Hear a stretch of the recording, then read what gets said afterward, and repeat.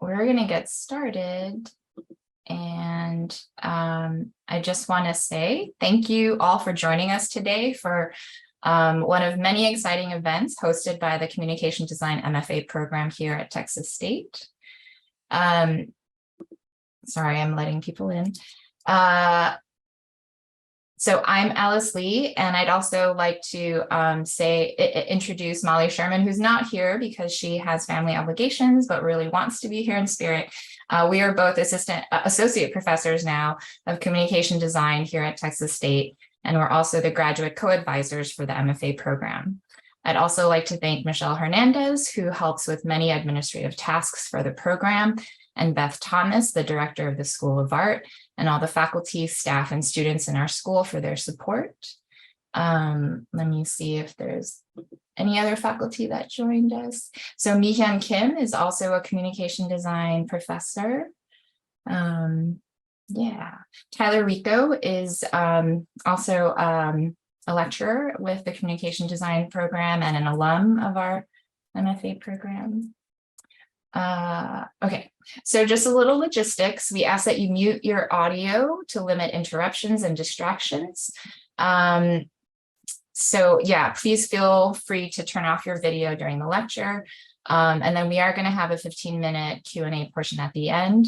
And so please feel free to turn on your video at that point if you are comfortable. So without further ado, I'd like to introduce Matthew Wizinsky. Matthew Wizinsky is a designer, researcher, educator, and author on contemporary issues in design practice and research. He has practiced graphic, interactive, exhibition, and experiential design in a variety of research, cultural, civic, and commercial contexts. His projects attempt to understand the kinds of futures that design imagines and produces, both intentionally and otherwise. His 2022 book, Design After Capitalism, published by MIT Press, argues for a reimagined design paradigm oriented toward deliberate transitions of everyday politics, social relations, and economies. Matt Wizinsky is an associate professor of urban technology at the University of Michigan, PhD researcher in transition design at Carnegie Mellon University, and associate editor for Visible Language, the longest running peer-reviewed design journal. On top of all of that, Matt is a wonderful teacher. He was a professor of mine in graduate school, and I also had the privilege to work with him on a couple commercial projects as well. So, and just a fun and kind human being. So please help me welcome Matt Wizinsky. Oh, thank you, Alice. Too kind, too kind. All right, thank you. Can you guys see the screen here? Yes. All right, well, thank you so much. Thanks for inviting me, Alice, and thanks for that warm introduction, and thanks to everybody else for joining tonight. I thought I would give the presentation tonight a humble title, One Look at Design Today. So it's kind of a perspective, I guess, from the vantage point of one person, and that's, I guess, me. And I want to just kind of, I guess, expand a little bit on some of the things that Alice was saying in the introduction. Certainly have been in design practice and in design education for a while, and in a variety of different contexts. And so I think that the perspectives that I'm talking about in terms of One Look at Design Today, but also when I get to talking about my recent book, just worth understanding a little bit of my positionality to these topics and kind of where these perspectives come from. So I am currently working as an associate professor and also the director of the graduate Master of Design program at the University of Cincinnati. Also, as Alice mentioned, a PhD researcher at Carnegie Mellon and an associate editor. But parallel and then prior to that, have worked in a pretty wide range of design practices. I sometimes like to tell my students, I don't know if it's a joke or if it's funny or not, but that my first design degree says graphic design, but my first job title was interaction designer. And so I guess whatever those terms mean have somehow intersected to affect a lot of what I've done over the last 20 years as a practicing designer. And this is included in contexts like very large scale multinational studios and agencies to working in-house running design teams for cultural nonprofit organizations, to working freelance, to starting my own independent studio and consultancy, as well as a variety of research collaborations that have sometimes been academic and corporate partnerships or research sponsorships and these kinds of things. So the point is, I guess, less about what kinds of design, but all the different kinds of contexts of design that I think have informed something about wherever my look at design today is coming from. So I guess the agenda is pretty straightforward. I'll talk a little bit about how I got to wherever I am, kind of my journey, into and as a designer. I'll share just a few projects from recent years that are, I think, looking at design from some different perspectives. And then I'll talk a little bit about my recent book called Design After Capitalism. So like most good design stories, mine starts with punk rock. It starts with being a teenager who was, disaffected and all those other good things, and decided to start a band with some friends. And this decision was, whatever kind of decision it was when I was 15 years old, was also a decision that I think introduced me to a lot of things that I couldn't appreciate till well later. Like, what does it mean to be, part of a subculture? Or what does it mean to be part of a DIY community? And lots of other things that I think I learned from the experience of just starting a band, but also becoming part of a particular like underground music community, and how people work together to put on shows and help touring bands and all these kinds of things. Of course, it was also a lot of fun for a long time, until it wasn't. I guess you grow up eventually, figure out of it, or some people do. But another, I guess, good aspect of that was it gave me the opportunity to sort of play graphic designer, I think even before I really was one. And so both the need and the opportunity to make gig posters and stickers and flyers and T-shirts and buttons and, all the kinds of crazy things that that could come out of that, gave me the opportunity to really experiment really wildly with typography, different kinds of image making, photography, illustration, etc. But I think even more important was just the kind of the hands-on aspect of some of these things, like teaching myself how to screen print and building screen printing studios in lots of Midwestern basements so we could crank out posters and things like that. So some of this activity, much of this activity bled like well into the time when I was actually studying design in a university context and practicing design as a professional designer. So this kind of, the entry point was also kind of the parallel life that ran along a large part of the early part of my design career. And I told Alice at the beginning of the lecture, I have 3 beautiful children, and I have them help me make gig posters now, and it's hilarious to watch.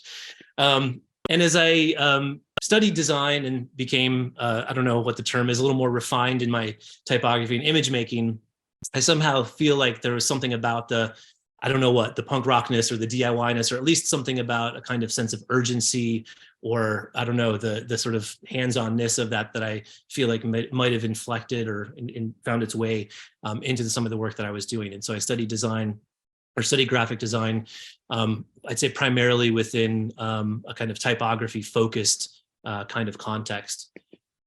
And from there, branched off in some other directions. And so part of the setup about working in different contexts also had, somebody whose interest was in pictures and words, working in digital environments, but also working in physical environments as well.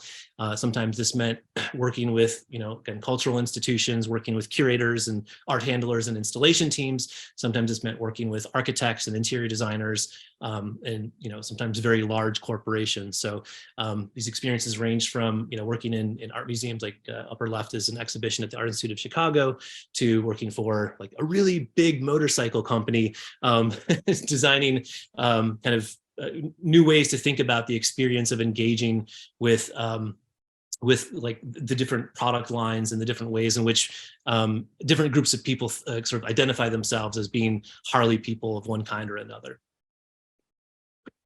I think a really kind of a pivotal part in my career that also folds into some of the things that I've been interested in more recently had to do with just after finishing graduate school and kind of beginning my academic career at the University of Illinois at Chicago.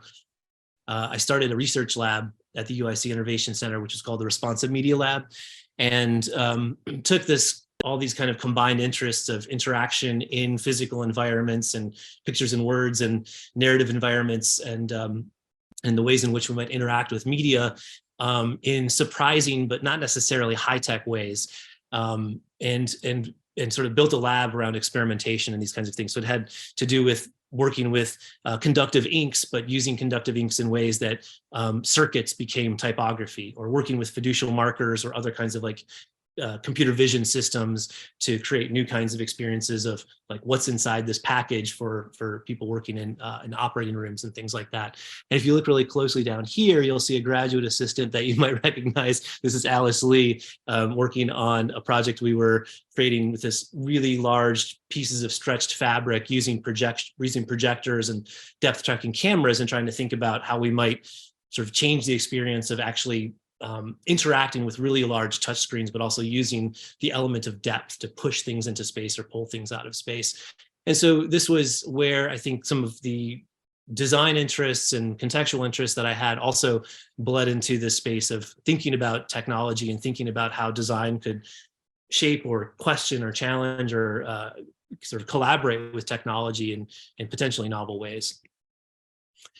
And then as I sort of developed into developed into an academic career, found it pleasantly surprising, I should say, for some, for those of you who have graphic design as an interest or as an experience, that some of the things that I just took for granted of being a graphic designer became really, really useful in research collaborations. And so working with, for example, social scientists who are studying all the sort of different layers of urban inequity in the city of Cincinnati in order to, and with the desire to try to make that research become publicly understandable.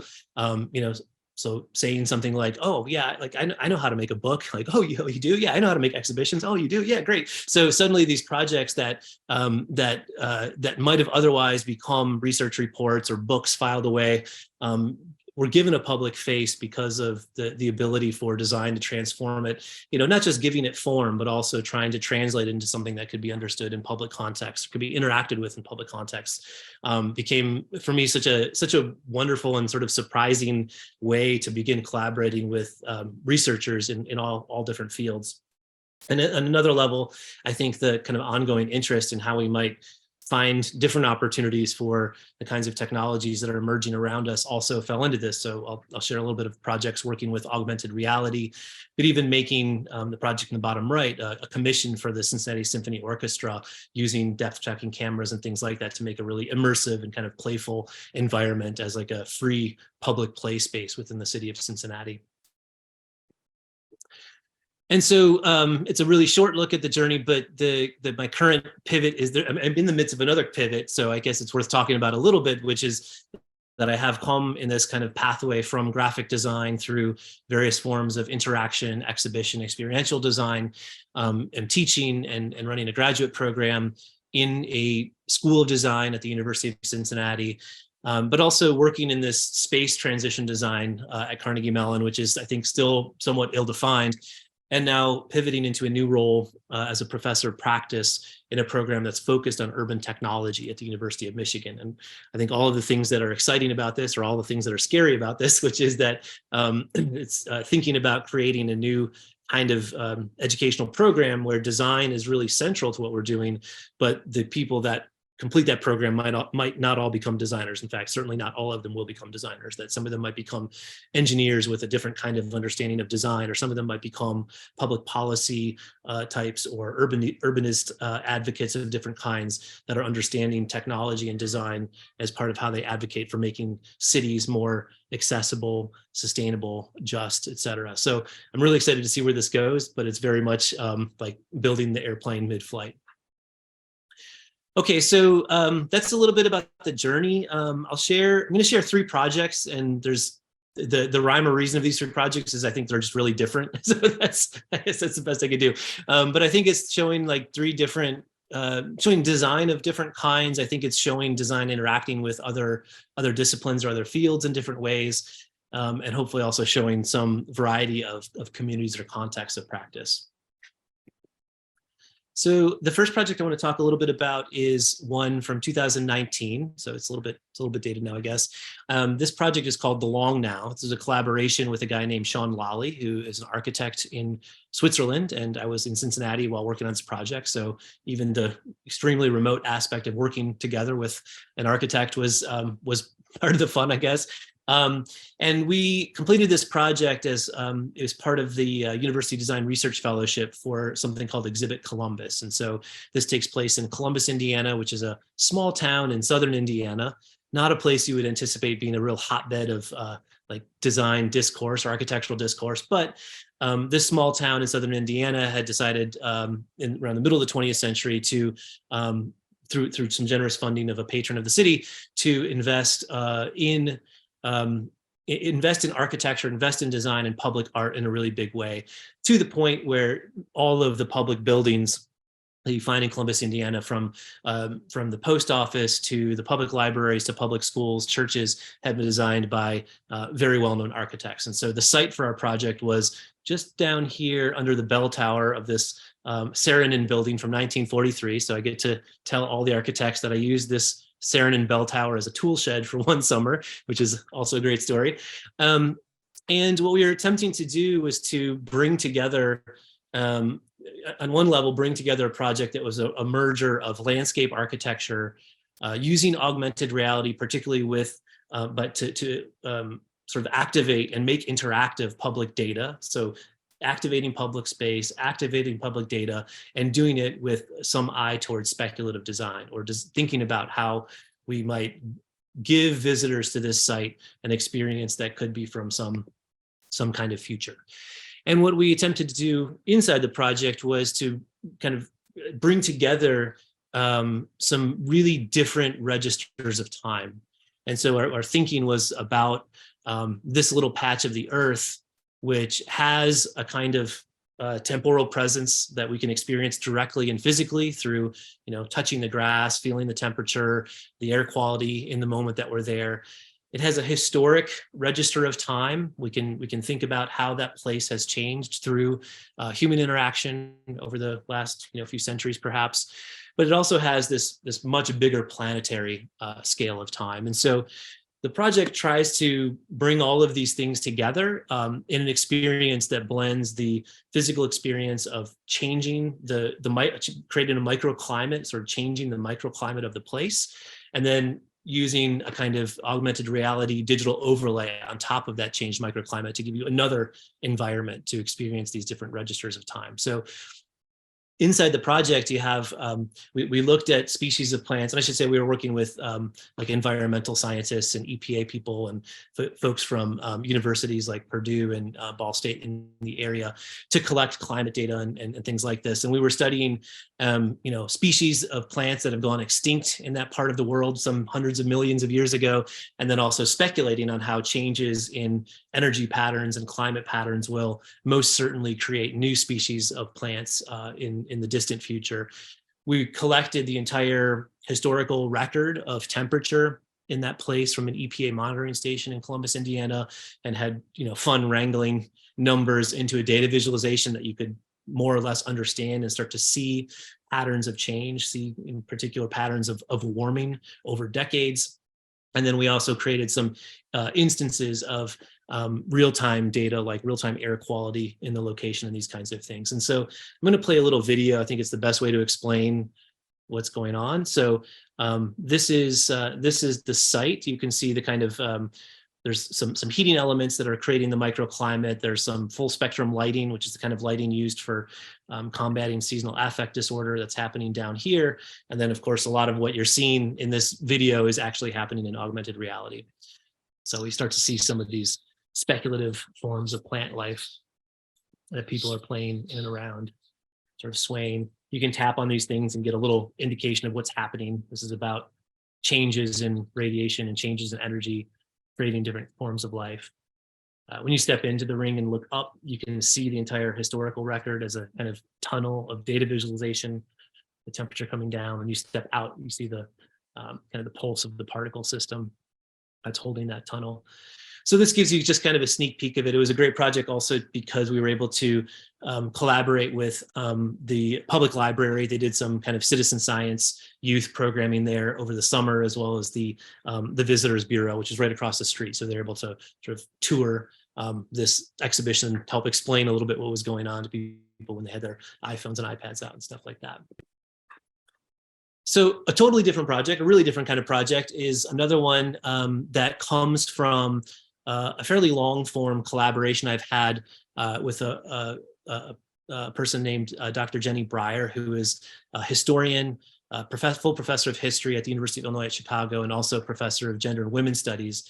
And our research collaborative is called History Moves. And the big agenda of History Moves is to consider how design, particularly participatory forms of design, can, I'd say, enhance or make more participatory the work of doing public history. So Jenny has done a lot of public history work as a historian. I've done some participatory design work, and we're trying to bring these two things together to think about how we could use design to make more participation happen in the collection and telling and sort of thematizing of narratives, but also how to think about how to make the outputs more engaging than they might be without some design participation. So this particular project from our collaboration is called The Living Women's History of HIV in the United States, and a bunch of people gave us funding, so other logos are at the bottom. But it was a partnership also with the Women's Interagency HIV Study, which is the longest running longitudinal study of women living with HIV in the United States. And so we were able to work directly with 40 women who are all participants in that longitudinal study, who also volunteered to join this project. And they were coming from Brooklyn, Chicago, and a pretty large area around the Raleigh-Durham area of North Carolina.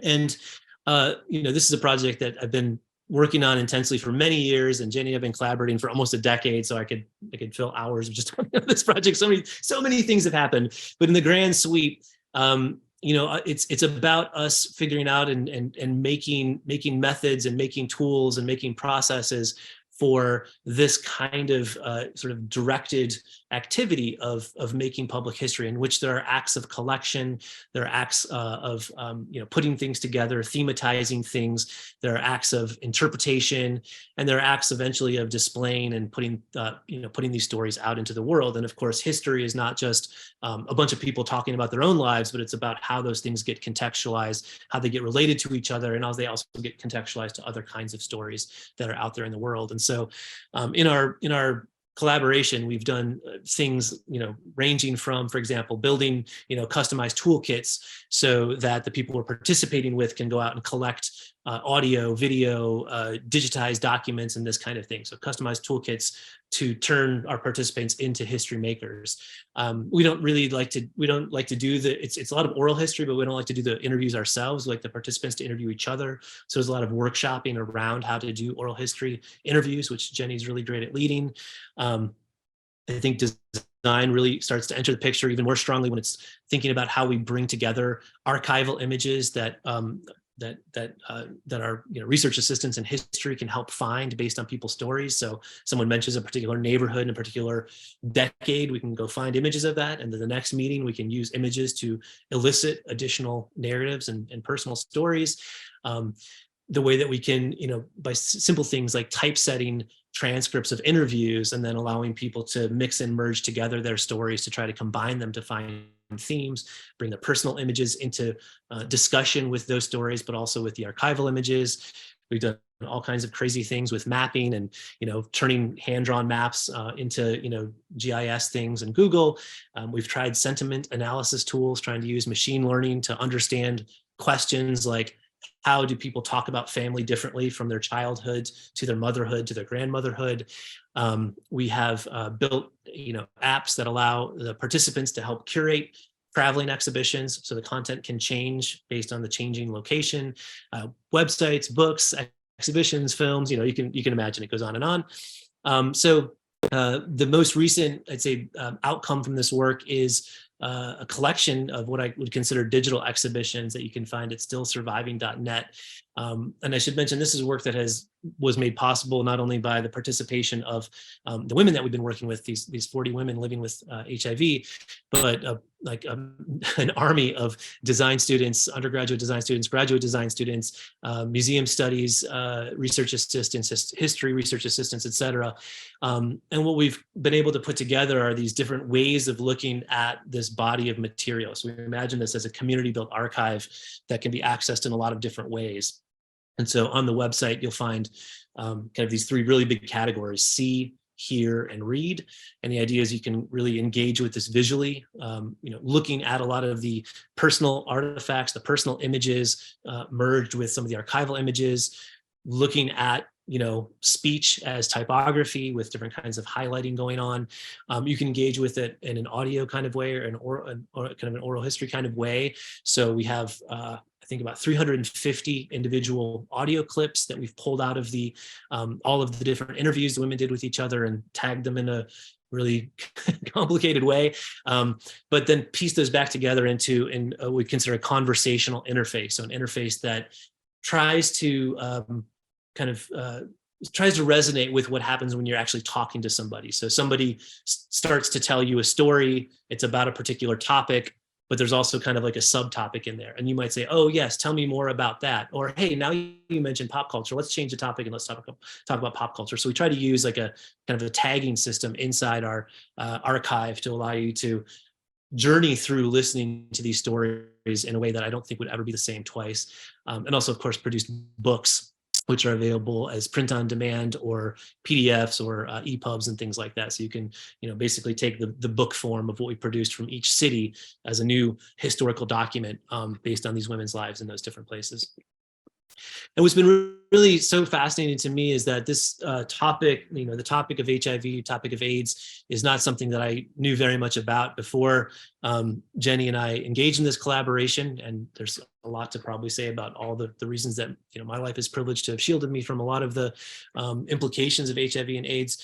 But what is interesting, I think, is that as we work together, we've developed a kind of mutual transdisciplinary expertise around design, I'd say in particular graphic design, and the history of HIV and AIDS. And so Jenny has actually written a book about kind of the political history of the United States at the end of the 20th century through the lens of HIV. After we worked on this project together, we were asked to co-author an essay for this book called Up Against the Wall, which is also serving as a catalog for the largest collection of posters related to HIV and AIDS in the world, which is housed at the University of Rochester. And it was really, really fascinating for us to look at this collection of over 8,000 posters from all over the world and try to stitch together something, that we could see through the kind of interrelated history of HIV as a social, cultural, economic, sometimes medical, sometimes purely cultural kind of phenomenon, and also a kind of a recent history of graphic design as evidenced by these posters. And it was kind of amazing too that when we put this essay together, I'll tell you that, prior to 2020, I had no idea who Anthony Fauci was, but Dr. Anthony Fauci also is in this book, as well as Abram Finkelstein, who I didn't know who he was, from Grand Fury and ACT UP. And so it was really kind of amazing to have our kind of transdisciplinary expertise on this topic kind of in the same pages with folks like this. So another project 3 is maybe somewhat related to that last one, but kind of brings back into it this kind of speculative design or futures bent. This one is a collaboration between, I think in some ways, history, fiction, and speculative design in particular. And so in this case, was again working with my collaborator, Jenny from History Moves. We're also working with a group of cinema and media studies scholars, filmmakers, Afrofuturist filmmakers from the University of Chicago. And in this case, a group of 23 adolescents from the south and west side of Chicago, from particular neighborhoods in that part of Chicago, and also funded by some people whose logos are at the bottom. And the project came to be called Southside Speculations. And what we were doing, I think, was creating a kind of educational, experiential experience, I guess, I don't know what to call it, sort of educational and research combined, in which we were working with these young people over 2 summers to, on the one hand, create new tellings of public histories at the scale of the neighborhood. So for them to learn about their neighborhoods and the histories of their neighborhoods, and to study them rather than kind of accepting the narratives told about their neighborhoods. And then in the second summer, working from that starting point to create narratives about the future of their neighborhoods, or possibilities for the future of their neighborhoods. And so in the world of speculative design and strategic foresight and a lot of like futuring spaces, we have this this kind of I don't know, rather often cited schematic called the cone of possible futures. And the basic idea of the cone of possible futures is that if we say that we're kind of right here in some version of the present or today, you know, as we go further away out into time, the range of possibilities grows. And there are some narrower cones of things that are, you know, more plausible or more likely, et cetera. And what we wanted to do is to say, well, yeah, sure, but it also goes the other way, you know, that the range of the way that we understand today is also shaped by the range of stories that we listen to or pay attention to about history. And so, you know, the stories that haven't been told, or the stories that have been suppressed, or, you know, folk tales, mythologies about how a place came to be or how a group of people came to be, have a great potential to change the trajectory of how we think about the future. And so it was really kind of amazing bringing, I should say, I've taught forms of speculative design in studios with fashion designers, industrial designers, and communication designers. I've done certainly, you know, design workshops quite a bit with designers. Here I was working with high school students who didn't necessarily have any interest in design and probably had not much experience, you know, thinking of themselves as designers. But it was really pretty amazing, you know, bringing these same kinds of tools and processes into kind of the space of adolescence, and you know, thinking about how it is that we can use things like journey maps to try to tell a story about a character, you know, whether that's in the past or in the future, how we can then augment that story with different kinds of props. And when we start to quickly, like rapidly prototype, like just down and dirty, as you can see, like making things with pipe cleaners and electrical tape, and I bring in, you know, little electronic stuff like LED batteries and LEDs and microprocessors doing very small things, that the stories change a little bit when you have these props. You can really activate and animate stories with objects and with props. And so what the young people were able to do is to, you know, use these props to advance their stories, to organize their stories around them. And then after they kind of made these rough prototypes, they worked with graduate students in architecture, design, as well as students in filmmaking, as well as costume and things like that, to make some short films around the things that they imagined, you know, in these workshops. And so it was really amazing to see all this stuff come together. We were doing this work in 2019, just before the pandemic came, that we didn't know was coming.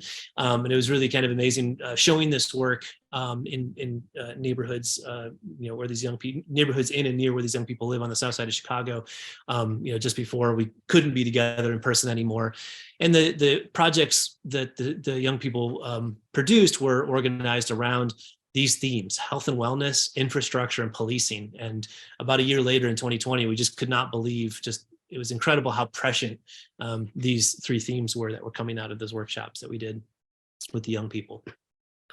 So those are 3 projects. I never have a great segue for this, so I just will say, then I wrote a book. So that's all. But I wrote a book. The book came out last year on the MIT Press. It's called Design After Capitalism. And for probably a lot of reasons you can imagine, the title and sort of the topics and some of the criticisms have to do with not only, I think not only sort of, you know, some of the experiences and frustrations of practicing design for 20 years, but also I think some of the really amazing, I don't know, untapped opportunities that I felt I've come across with the privilege of being a designer, working in kind of academic, you know, grant-funded opportunities, where I can really see design operating differently and creating, you know, real value for people in lots of different ways that doesn't exactly fit, I think, our common image of kind of professional practice of design. So I'm going to give you the really short version of some of the big ideas in the book, but I think one of the things I'm trying to do is just to draw designers' attention to political economy. I think that's just one move, which is to say that I think capitalism has been critiqued since it began. There are libraries full of criticisms of capitalism. That's all fine and well. But I think more importantly is thinking about kind of where we are and how these issues, these challenges are changing. The terrain is changing, and also I think design practices are changing, and maybe there's some opportunities for these things to be seen together.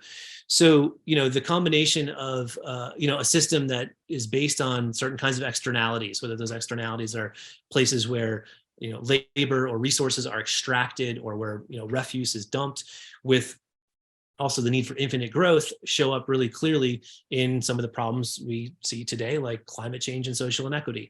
And I think while design has been talking about sustainability and climate change for a long time, I don't know that we have really taken seriously a paradigm shift to achieve anything approaching something that might be called sustainable. And while I also think that some of the discourse around decolonization and other ways in which design is implicitly or is complicitly involved in issues of social inequity are now becoming, I think, more common part of design conversations.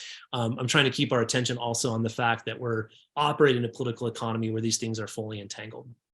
On top of that, we are in, or maybe near the end of, I'm not sure, some kind of really large historical transition where the system has shifted from being about sort of the mass production or the serial production of objects to one where information and data become the kind of higher value points in the system. So I love this particular quote from Paul Mason. It's not to say like this book is the most amazing one, but when he describes this tension, he says everything comes down to the struggle between the network and the hierarchy, between old forms of society molded around capitalism and new forms of society that prefigure what comes next. And what I hear in that is that in that tension and in that prefiguration of what comes next, I think that there are design practices, not only design practices, but I think there are design practices. And so what I'm really, trying to pull together are pulling these, considering these twin contemporary crises and the relationship they have to political economy, but hanging on to some, I don't know, maybe naive optimism that there is capacity for systemic change, paying attention to how it is that design gets us past capitalism is really what I'm trying to call for. It's 2023. Last year I wrote a book, and I realized a book is not the only way to communicate ideas. So I wrote the book. It's a good way to put all the ideas together, I think.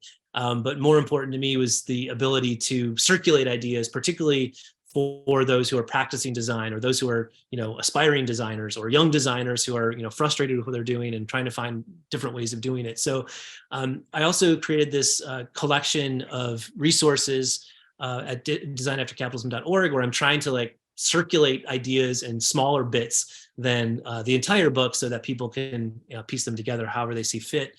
And this includes things like lecture videos. So if folks are interested in teaching the book, they can do that fairly easily, I hope, or at least they can use those as resources. Recommended readings to topics that are all kinds of different topics that come up in the book. A glossary. There's a fair amount of economic theory in the book, which I know is strange terrain for a lot of designers. So I'm trying to make that accessible and usable and thinkable through things like sharing language. Quite a few case studies for practices that I think are historically or contemporary case studies that are operating in anti-capitalist or non-capitalist, or maybe even some burgeoning post-capitalist ways.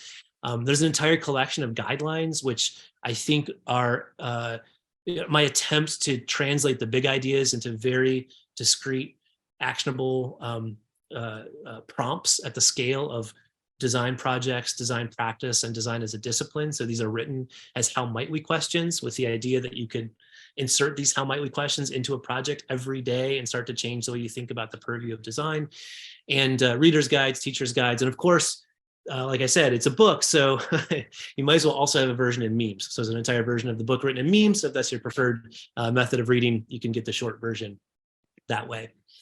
And I think one of the big ideas that I'm trying to grapple with here is the fact that I think I would say sort of my thinking, my economic thinking as a practicing designer has been outdated for some time, and part of that has to do with this historical transition that is happening.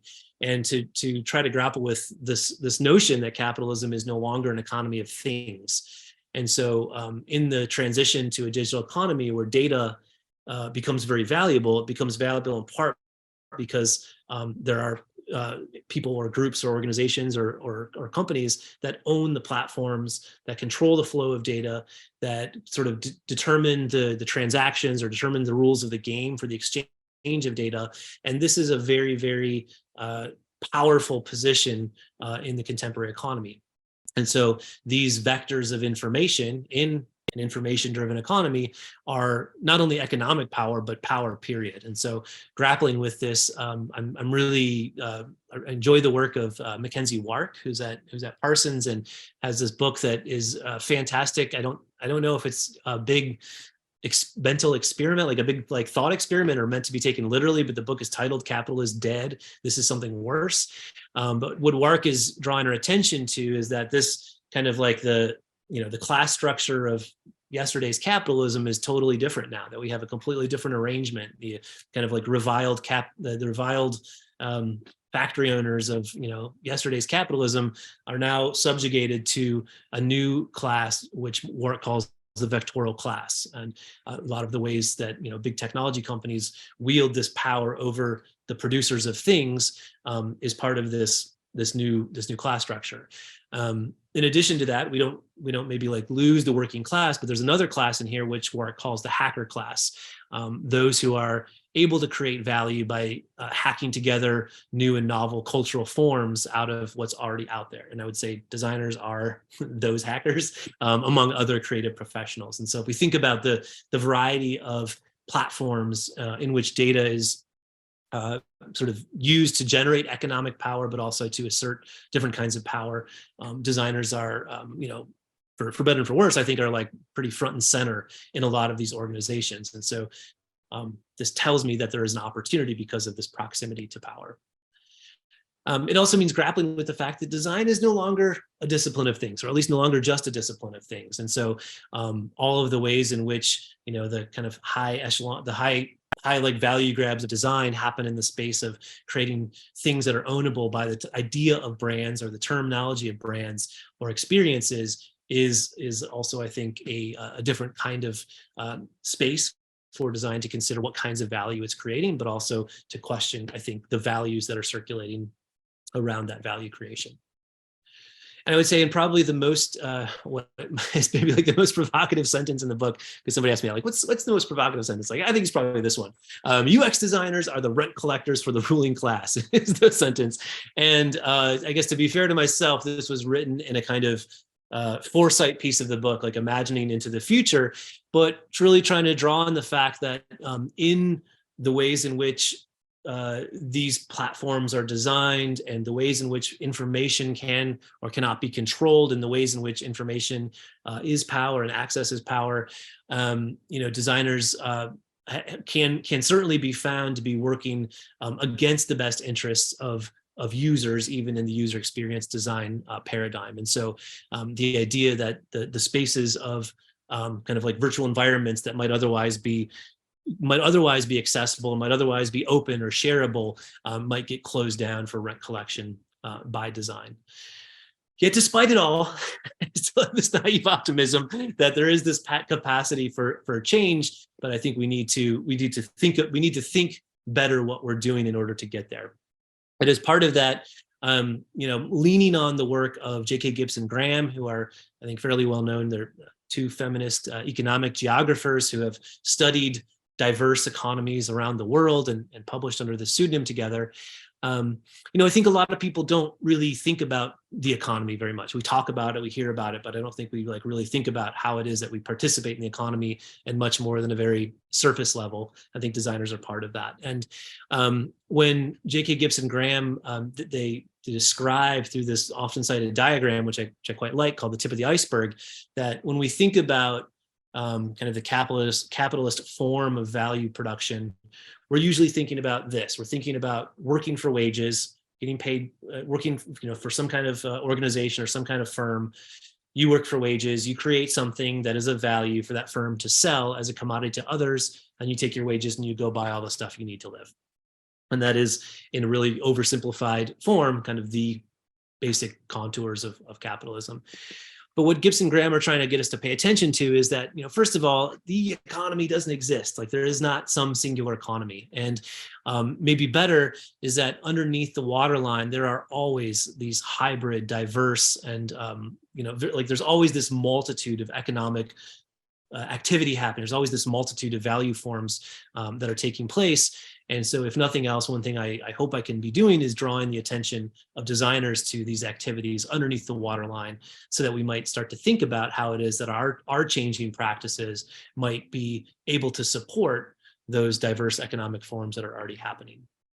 And so, I think there is no like definitive after capitalism design. I think there are many, and what I try to do with some of the case studies is point in some various directions. And so, one direction that I think is really fascinating is, it seems that we are, into the space of post-industrial production of goods, and that we have some precedents. I think this work of Enzo Mari from the 1970s, who, Mari was making basically DIY instructions to build all of your own furniture, to not become a consumer.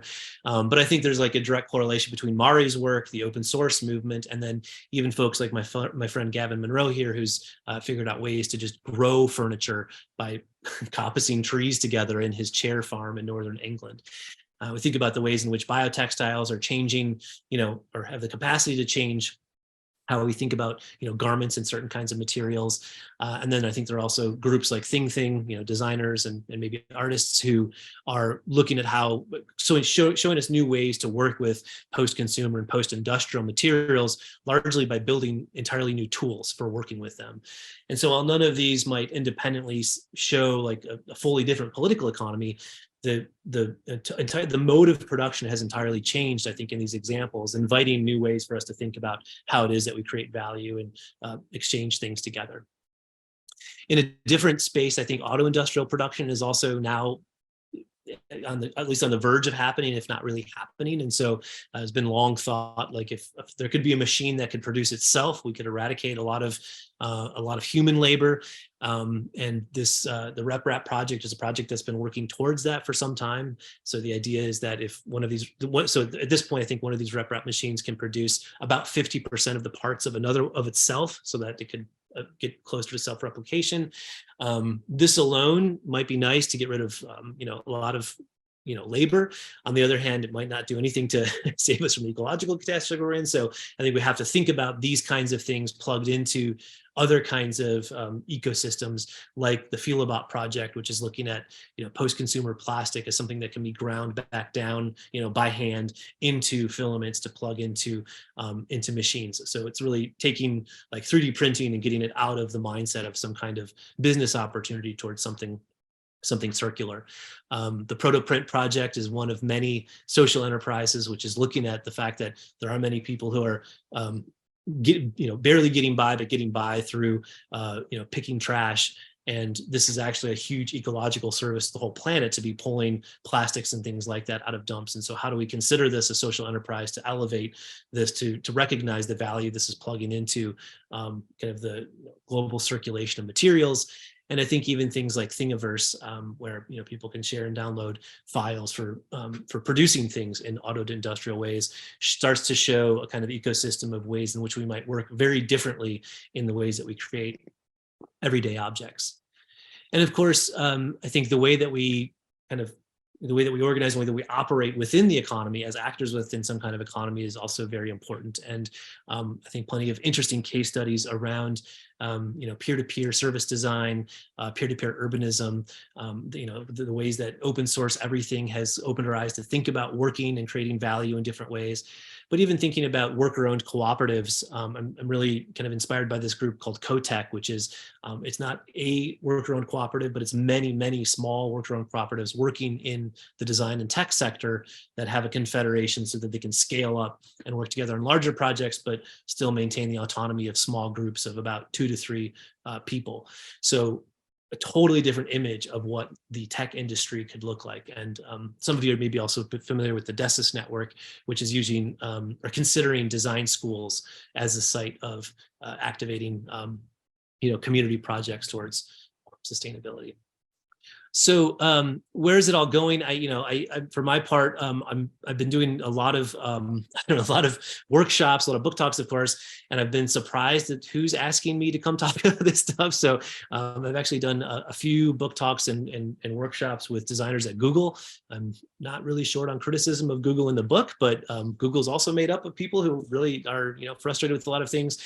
And so, and more recently doing work with folks who are service designers working in the government. So a lot of service designers, particularly working in the US federal government, and trying to get them to use some of this thinking, but also I'm trying to develop, tools or devices or maybe even methods for designers of different kinds to try to think about how it is that the work that they're already doing could direct itself towards supporting community economies by thinking about different kinds of transactions, thinking about different kinds of labor, and thinking about different kinds of enterprise.